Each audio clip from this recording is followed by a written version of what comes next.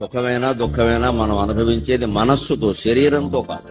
మనస్సుకు గాయమైనా శరీరానికి బాధగానే ఉంటుంది, శరీరానికి గాయమైనా మనస్సుకు బాధగానే ఉంటుంది. శరీరానికి ఆనందం కలిగినంత మాత్రాన మనస్సుకు ఆనందం కలుగుతుందని చెప్పలేం. సుఖ దుఃఖాల్లో తేడా అది. శరీరం ఎంత సౌఖ్యకరమైన వాతావరణంలో ఉన్నా మనస్సు కనుక బాగా లేకపోతే మనం దుఃఖంలోనే ఉంటాం ఖచ్చితంగా. పెద్ద ఏసీ హాల్లో కూర్చున్నా, చల్లగా ఉన్నా, మంచి మాటలు వింటూ ఉన్నా, మన మనస్సులో ఏదో ఒక సమస్య ఉందనుకోండి, మనం దుఃఖంలో ఉన్నట్టే లెక్క. అటువంటి వాతావరణం ఏమీ లేకపోయినా నడి రోడ్డు మీద ఎండలో ఉన్నా మన మనస్సులో మంచి ఆలోచనలు ఉన్నాయనుకోండి, మనం సుఖంగా ఉన్నట్టే లెక్క.